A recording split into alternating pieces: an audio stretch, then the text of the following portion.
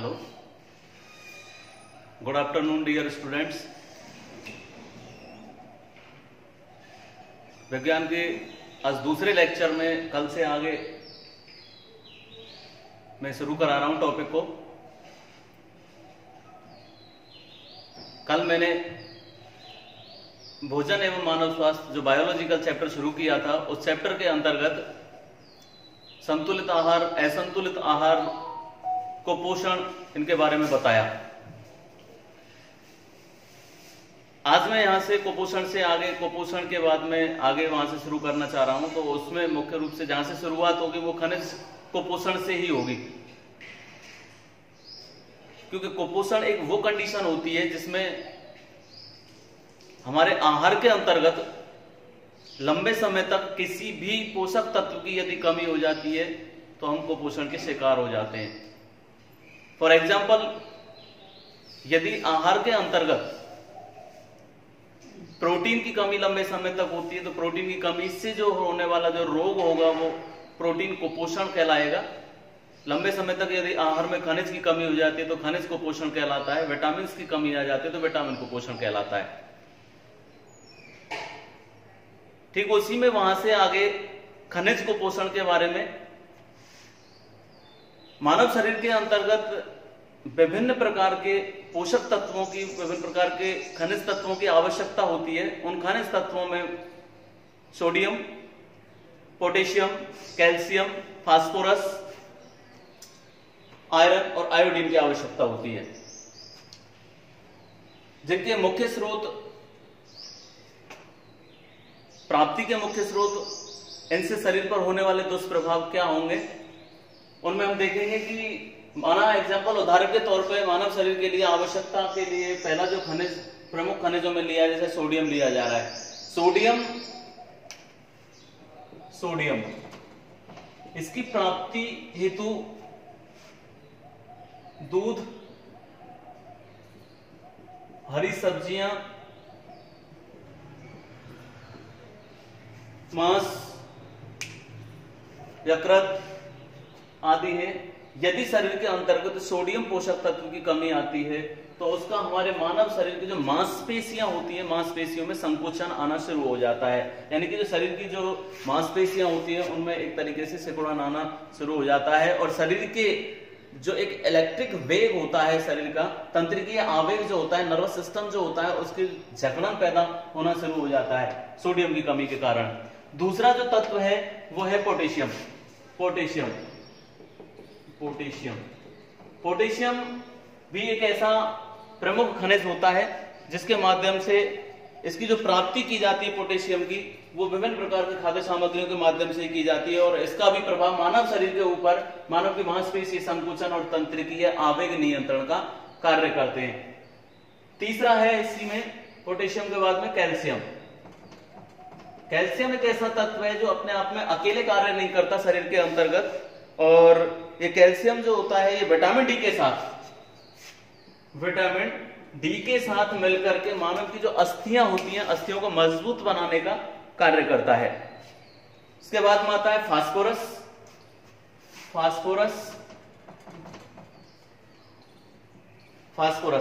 Phosphorus की जो प्राप्ति की जाती है मुख्य रूप से वो दूध, हरी सब्जियां, बाजरा, रागी, यकृत, सूखे मेवे, वृक्क वगैरह, इनके ये प्रमुख प्राप्ति स्रोत होते हैं। और इन प्राप्ति स्रोतों के अलावा इसका जो फास्फोरस का जो प्रमुख कार्य होता है मानव शरीर के अंतर्गत, वो कैल्शियम के साथ मिलकर के हड्डियां व दांतों को मजबूत करने का होता है। अगला जो तत्व है वो है आयरन या लौह तत्व बोलते हैं।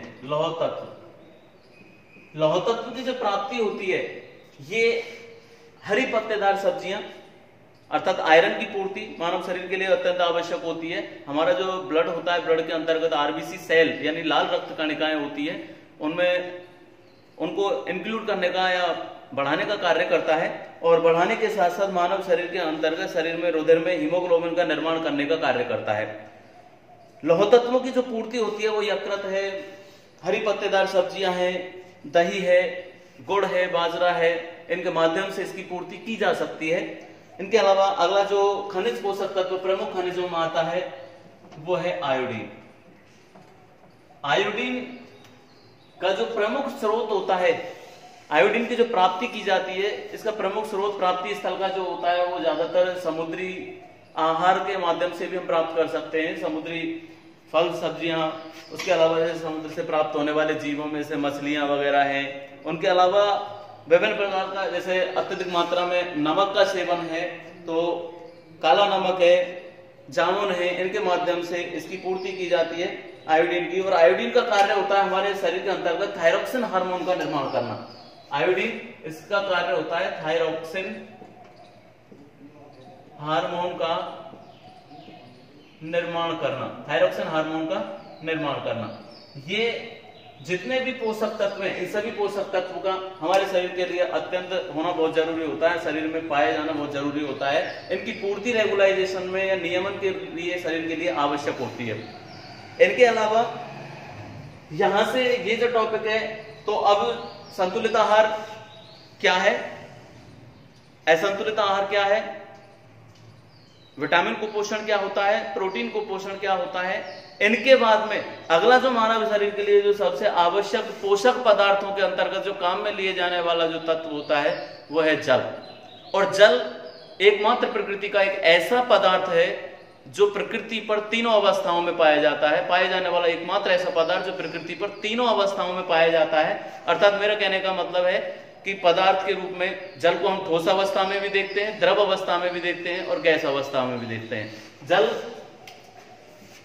जल की ठोस अवस्था का रूप होता है बर्फ, द्रव अवस्था जल का रूपांतरण हो जाएगा और गैस अवस्था में होता है जल वाष्प। प्रकृति का एकमात्र ऐसा तत्व जो जीवों के लिए अत्यंत आवश्यक और अनिवार्य होता है और प्रकृति में पाए जाने वाला ऐसा तत्व है जो प्रकृति के ऊपर, पृथ्वी के ऊपर तीनों अवस्थाओं में पाया जाता है, ठोस अवस्था में भी पाया जाता है, द्रव में भी पाया जाता है और गैस अवस्था में भी पाया जाता है। अब बात आती है जल के गुणों की, कि जल जीवों के लिए तो आवश्यक होता है, लेकिन जल मनुष्य के लिए पीने योग्य जल के कौन कौन से गुण होने चाहिए। पीने योग्य जल के प्रमुख गुणों में पीने योग्य जल के गुण, पीने योग्य जल के गुणों में पहला जो गुण होता है वो है इसमें प्रमुख रूप से कि जल में आंखों से दिखने वाले और वानस्पतिक कण उपस्थित नहीं होने चाहिए। नंबर एक बात, एक तो जल में आंखों से दिखने वाले वानस्पतिक कण ना हो। दूसरा है जल का पीएच मान संतुलित हो। अब बात आती है पीएच की। पीएच के बारे में मैं आप लोगों को बता दूं कि पीएच एक वो स्थिति होती है किसी भी पदार्थ की जिसके आधार पर एक पैमाना होता है जिस पर हम अम्लीयता और क्षारकता का पता लगाते हैं। पीएच स्केल कहलाता है। हाइड्रोजन ऋणात्मक लॉगरिथम लॉग मान प्रकट किए जाते हैं जिसके आधार पर हम अम्लीयता क्षारकता का पता लगाते हैं कि ये पदार्थ अम्ल है या क्षार है या लवण है। ऐसी कंडीशन में यहाँ पे पीएच का मान यदि उदासीन कंडीशन में होता है तो वो कहीं ना कहीं बेहतर होता है। तो एवरेजन 7 से लेके 8 पीएच का मान जो होगा जल का वो कहीं ना कहीं सही होगा। और यदि इससे अत्यधिक कम है तो वो अम्लीय कंडीशन में आ जाता है और यदि इससे वो ज्यादा है तो वो क्षारीय कंडीशन में आ जाता है। तो मेरा कहने का मतलब है कि जल का जो पीएच का मान है, जल के पीएच का मान लगभग 7.4, 7.5, 7.6 के एवरेज समथिंग होना चाहिए, एवरेज होना चाहिए। इनके अलावा जल में पर्याप्त रूप से ऑक्सीजन घुली हुई हो, जल में पर्याप्त रूप से ऑक्सीजन घुली हुई हो।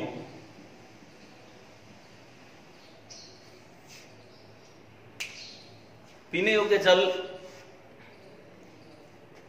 इसके अलावा जल की उपयोगिता और लाभ।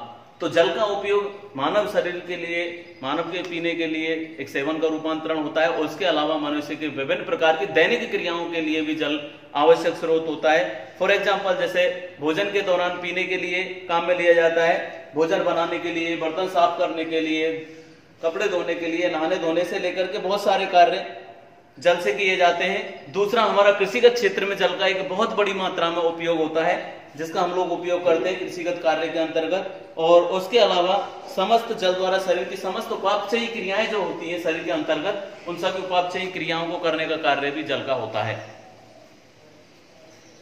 इनके अलावा, जल के लाभों के अलावा, इसमें फिर हम देखते हैं कि दूषित जल जो होता है या जल की कंडीशंस, जल के दुष्प्रभाव क्या होते हैं। तो जल के दुष्प्रभावों को मैं बता दूं कि जल के दुष्प्रभाव से मानव शरीर के ऊपर बहुत सारे ऐसे रोग प्रभावी हो जाते हैं, जिनमें विषाणु जनित, बैक्टीरिया जनित, विषाणु जनित रोग, जीवाणु जनित रोग, प्रोटोजोआ जनित रोग,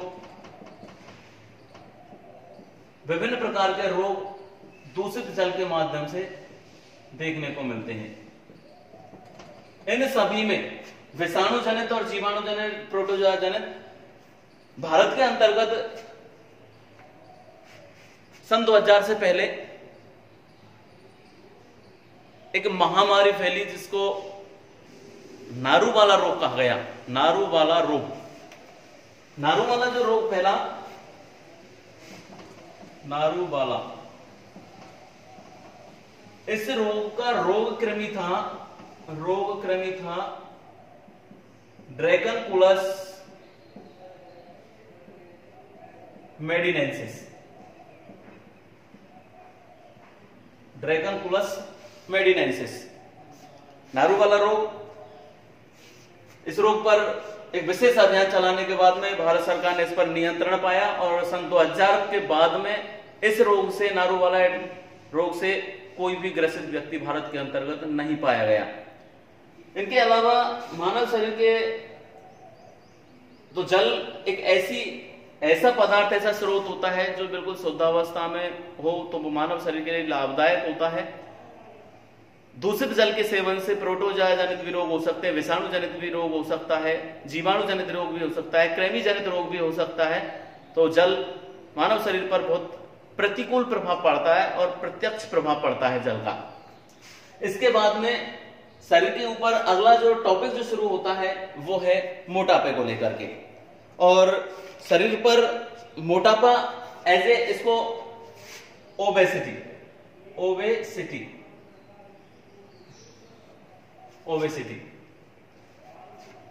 मोटापा एक ऐसी कंडीशन होती है जिस कंडीशन में शरीर के ऊपर अत्यधिक मात्रा में फैट्स जमा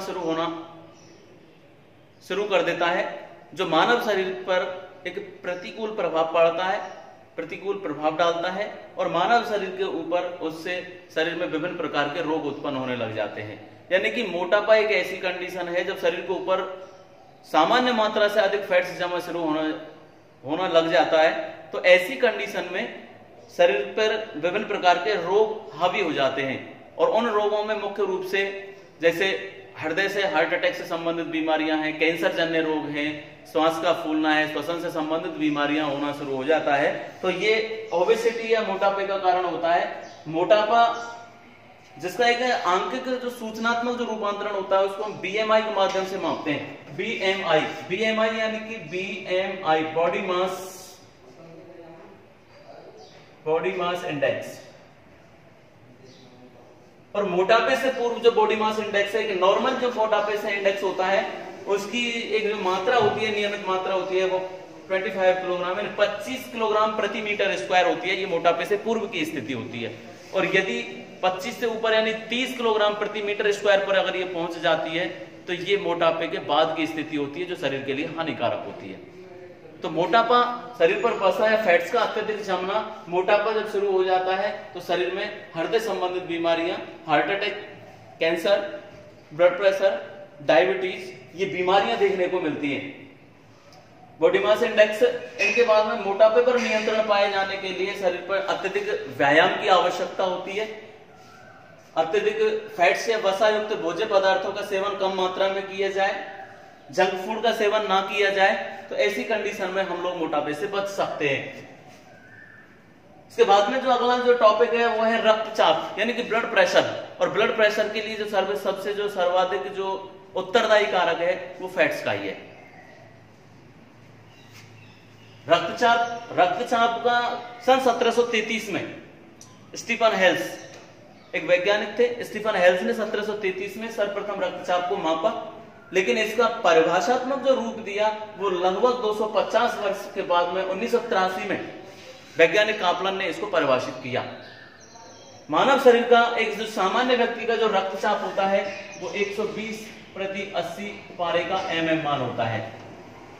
एक सामान्य व्यक्ति का रक्तचाप होता है, सामान्य व्यक्ति का रक्तचाप। इसमें रक्तचाप की जो ब्लड प्रेशर की जो कंडीशंस देखने को मिलती हैं, तो रक्तचाप मुख्य रूप से दो प्रकार से कार्य करता है। एक होता है हाई ब्लड प्रेशर और एक होता है लो ब्लड प्रेशर, यानी कि एक होता है सिस्टोलिक और एक होता है डायस्टोलिक। सिस्टोलिक जो रक्तचाप होता है इसमें हृदय के माध्यम से जो संकुचन जो दीवारें होती है धमनियों की, ये धमनियों की जो उच्च रक्तचाप प्रबलता को मापती है वो सिस्टोलिक कहलाता है, जिसका मान होता है लगभग 90 से 120 पारे का mm मान होता है पारे की मात्रा पर।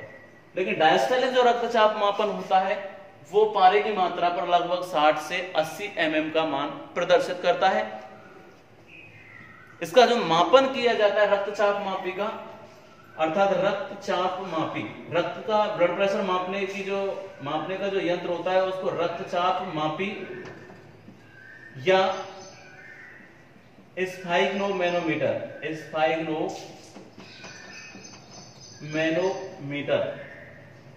के द्वारा रुधिरदाब मापा जाता है। तो ये रुधिरदाब मापा जाता है। मानव शरीर के ऊपर ब्लड प्रेशर से संबंधित बहुत सारी बीमारियां देखने को मिलती हैं। इन बीमारियों में भी ब्लड प्रेशर के माध्यम से भी हार्ट अटैक से संबंधित बीमारियां अत्यधिक मात्रा में देखी जाती हैं। इसे बचाव के लिए जितना हो सकता है उतना शारीरिक व्यायाम, भोज्य पदार्थों के अंतर्गत यदि बात की जाए तो अत्यधिक कम मात्रा में वसायुक्त पदार्थों का सेवन, जंक फूड का सेवन ना करना, ऐसी स्थिति में इनसे बचा जा सकता है। इसके बाद में अगला जो टॉपिक शुरू होता है वो होता है मादक पदार्थ को लेकर। मादक पदार्थ, और मादक पदार्थ एक दुर्व्यसन माना जाता है। यह हमारे भारत देश के अंतर्गत लोगों के द्वारा जो उपयोग किया जा रहा है तो वो एक शौक के तौर पर करते हैं, लेकिन ये शौक एक लंबे समय बाद एक आदत के रूप में ढल जाता है, और आदत के रूप में ढलने के उपरांत इन मादक पदार्थों का दुष्प्रभाव हमारे शरीर पर देखने को मिलता है। इन मादक पदार्थों के माध्यम से हमारे लिए विभिन्न प्रकार की हानियां देखने को मिलती हैं। उन हानियों में यदि मैं ये सीधा ये कह दूं कि हमको सामाजिक हानि भी झेलनी पड़ती है, आर्थिक हानि भी झेलनी पड़ती है, और उसके अलावा हम लोगों को शारीरिक हानि भी इनके माध्यम से झेलनी पड़ती है। क्योंकि इनमें शारीरिक हानि, शारीरिक, आर्थिक और सामाजिक, ये तीनों हानियां मादक पदार्थों के सेवन के कारण हम लोगों को झेलने पड़ती हैं। शारीरिक हानि से तात्पर्य है कि यदि हम मादक पदार्थों का ज्यादातर मात्रा में सेवन करेंगे तो शरीर के लिए नुकसानदायक होते हैं, हमारे शरीर के इम्यूनिटी सिस्टम को डाउन करने का कार्य करते हैं, शरीर की रोग प्रतिरोधक क्षमता को समाप्त करने का कार्य करते हैं। ये शरीर के लिए नुकसान होता है, नंबर 1। दूसरा है आर्थिक हानि। इन मादक पदार्थों को हम मनोरंजन के तौर पर या शौक के तौर पर हम लोगों के द्वारा उपयोग किए जा रहे हैं, लेकिन उपयोग करने के साथ में यदि हमें आदत हो जाती है इन पदार्थों की, तो आदत होने के उपरांत हमें आर्थिक हानि भी झेलनी पड़ती है। यानी कि इन मादक पदार्थों के लिए अधिक मात्रा में पैसों की आवश्यकता होती है, जिनके माध्यम से घर में नुकसान होता है। तीसरा है सामाजिक हानि। समाज में भी हम लोगों को एक तरीके से हे दृष्टि से देखा जाता है। जो व्यक्ति अत्यधिक शराब का सेवन करते हैं, जो व्यक्ति अत्यधिक मात्रा में मादक पदार्थों का सेवन करते हैं, फॉर एग्जाम्पल गुटखा खाना, तंबाकू का सेवन करने वाले, शराब का सेवन करने वाले, या विभिन्न प्रकार किसी भी प्रकार का कोई भी नशा करने वाले, सभी मादक पदार्थों के अंतर्गत ही आते हैं। और ये मादक पदार्थ शरीर के लिए तो हानिकारक होते ही हैं, लेकिन सामाजिक दृष्टिकोण से भी हम लोगों को हानिकारक होते हैं। मादक पदार्थों में जो सबसे पहला जो मादक पदार्थ की बात की जाए तो इनमें सबसे पहला मादक पदार्थ हम देखेंगे तंबाकू।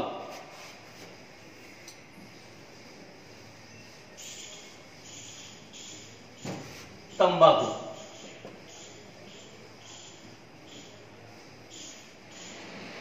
तंबाकू, इसका जो बॉटनिकल नेम है, वानस्पतिक नाम निकोटिएना टोबेकम, इसका वानस्पतिक नाम है। और ये सोलोनेसी कुल का सदस्य है, सोलोनेसी कुल का सदस्य है। इसमें मुख्य रूप से जो एल्केलॉइड्स पाया जाता है, निकोटीन पाया जाता है,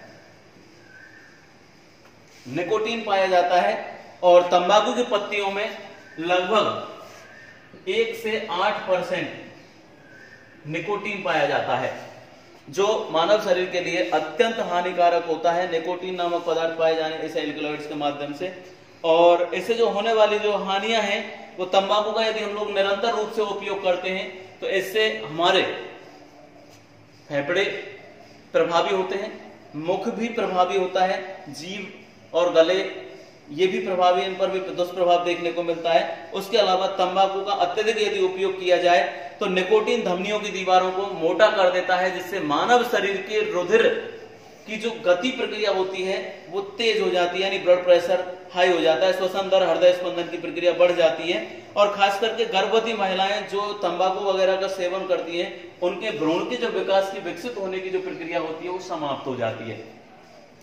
इसके अलावा सिगरेट का जो धुआं होता है, सिगरेट का लोग उपयोग करते हैं शौक के तौर पे, सिगरेट का धुआं होता है वो मानव शरीर के रुधिर के अंतर्गत ऑक्सीजन यानी कार्बन मोनोऑक्साइड की मात्रा बढ़ाने के कारण ऑक्सीजन की मात्रा को कम कर देता है, जिससे मानव शरीर रुधिर में ऑक्सीजन के परिवहन क्षमता में कमी आ जाती है।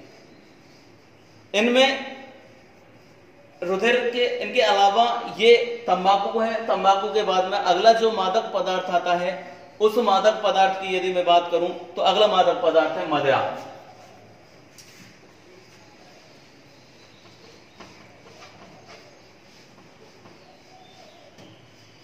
मदिरा, और इसका जो नशा कारक, जो मूल कारक जो होता है वो होता है एथिल एल्कोहल।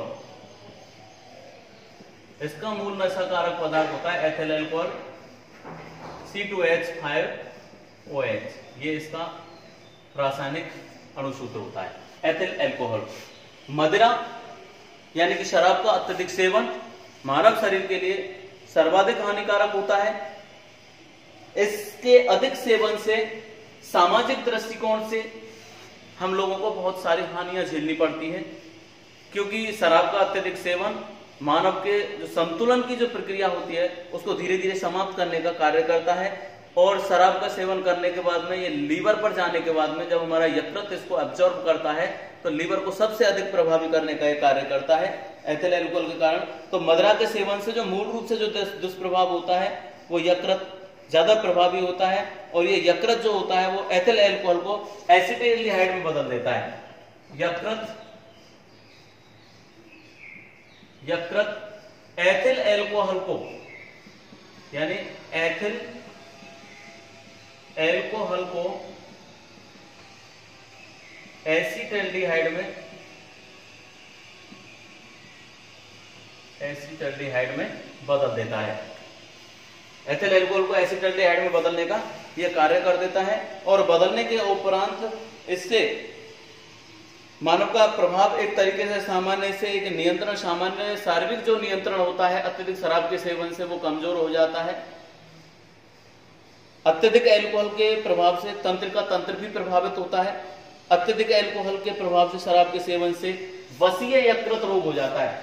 वसीय यकृत रोग ये अत्यधिक शराब के सेवन से होता है।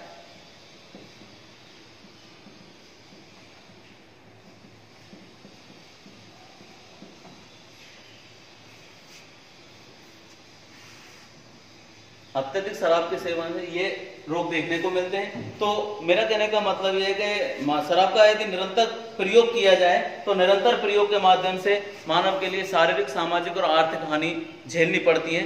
इनके बाद में अगला जो टॉपिक शुरू होता है वो है, अगला मादक पदार्थ आता है अफीम।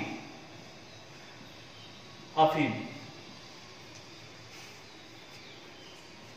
अफीम राजस्थान के अंतर्गत बहुतायत मात्रा में उत्पन्न होता है उत्पादन के दृष्टिकोण से भी, और अफीम एक विशेष प्रकार का एक पादप होता है और इस पादप पर एक इसका फल प्राप्त किया जाता है, जिसके ऊपर चीरा लगा करके उससे दूध प्राप्त किया जाता है, और दूध प्राप्त करने के उपरांत उस दूध को सुखाया जाता है, सुखाने के बाद में उससे अफीम प्राप्त की जाती है। भारतीय संस्कृति के अनुसार जो अंधविश्वासिक रूढ़िवादिता है, उस अंधविश्वासिक रूढ़िवादिता में भारतीय संस्कृति में अफीम का प्रयोग अधिकाधिक मात्रा में किया जा रहा है। तो इस अफीम के प्रयोग से बाल मनोहार की प्रथा, बाल मनोहार की प्रथा की जा रही है। ये पहले पूर्व काल पहले की जाती थी भारतीय संस्कृति के अंतर्गत, इसमें बच्चे का जन्म होने पर बच्चे को अफीम दी जाती थी। लेकिन अफीम एक ऐसा मादक पदार्थ होता है, अफीम इसका वानस्पतिक नाम पेपेवर सोमनिफेरम। इस पादप से इसमें लगभग 30 प्रकार के एल्केलॉइड्स पाए जाते हैं,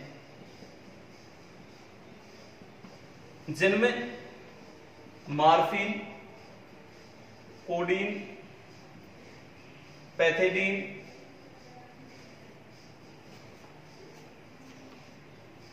जैसे एल्केलॉइड्स पाए जाते हैं। और ये एल्केलॉइड्स निकोटीन, कोडीन, सोमनिफेरम, पेपेवरिन, ये प्रमुख रूप से इसके अंतर्गत पाए जाते हैं। और इसका मूल कार्य होता है दर्द निवारक दवा बनाने का। दर्द निवारक दवा में इसका प्रयोग किया जाता है, लेकिन लोग इसका प्रयोग दवा के अंतर्गत ना करके एक इसका नशे के रूप में इसका प्रयोग अत्यधिक मात्रा में करने लग गए। तो अत्यधिक मात्रा में जब अफीम का प्रयोग किया जा रहा है तो इससे मानव शरीर पर, इसके शरीर के माध्यम से मानव शरीर की जो रोग प्रतिरोधक क्षमताएं हैं वो कम होती चली जा रही हैं। अफीम का अत्यधिक सेवन, अत्यधिक मात्रा में निरंतर प्रयोग से सामाजिक, शारीरिक और आर्थिक नुकसान झेलना पड़ता है। कानूनन रूप से अफीम या हेरोइन का प्रयोग कानूनन रूप से एक जुर्म है। इसका उपयोग अत्यधिक मात्रा में अगर किया जा रहा है या अगर अनाधिकृत रूप से अगर कोई व्यक्ति इसको ले जाने वाला या लाने वाला जो भी कोई व्यक्ति होता है तो कानूनी रूप से उसको जुर्मित किया जा सकता है। इसके अलावा और भी बहुत सारे पदार्थ हैं, जैसे एग्जाम्पल के तौर पर जैसे LSD का प्रयोग किया जाता है। LSD ये भी एक प्रकार का नशाकारक पदार्थ होता है, नशाकारक पदार्थ है LSD, जिसका lysergic ethyl lysergic die ethyl amide. तो LSD यानी lysergic acid diethyl, lysergic die ethyl, lysergic acid diethyl, ये भी एक नशाकारक पदार्थ होता है। उसके अलावा बहुत सारे ऐसे पदार्थ होते हैं, बहुत सारी दवाइयां होती है। दवाइयों को विज्ञान की भाषा में यदि मैं कह दूं तो एज ए ड्रग्स, और ड्रग्स के अंतर्गत विभिन्न प्रकार के दवाइयों को ही ड्रग्स माना जाता है। लेकिन दवाइयां ड्रग्स तब बनती हैं जब लोग इनका प्रतिकूल रूप से इनका एक उपयोग के दृष्टिकोण से इनका उपयोग ना करके और इनका एक दुरुपयोग करने लग जाते हैं, या इनका नशे के लिए जो उपयोग करने लग जाते हैं, तो वही दवाइयां एक ड्रग्स का रूप ले लेती हैं, एक नशाकारक पदार्थ का रूप ले लेती हैं, जो हमारे सामाजिक तरीके से, हमारे शारीरिक तरीके से, हमारे आर्थिक तरीके से, हमें सभी तरीके से नुकसान पहुंचाने का कार्य करती हैं। तो डियर स्टूडेंट्स, मैंने कल फर्स्ट लेक्चर दिया, आज दूसरा लेक्चर कराया है, और इन दोनों लेक्चरों का PDF मैं अपने स्कूल के ग्रुप में डालने जा रहा हूं, ग्रुप में डाल दूंगा, और वो ग्रुप में डालने के उपरांत वो लेक्चर पूरा आप अपने फेयर कॉपी में नोट डाउन कर लें। जितना मैंने यहां तक कराया है वो पूरा PDF में आप लोगों को अवेलेबल करा दूंगा। और कोई भी कमेंट्स हो या कोई किसी भी प्रकार की कोई समस्या हो या कुछ पूछना हो तो आप लोग ग्रुप के अंतर्गत मुझसे पूछ सकते हैं। अगला यहाँ से आगे का टॉपिक मैं कल कराऊंगा। धन्यवाद।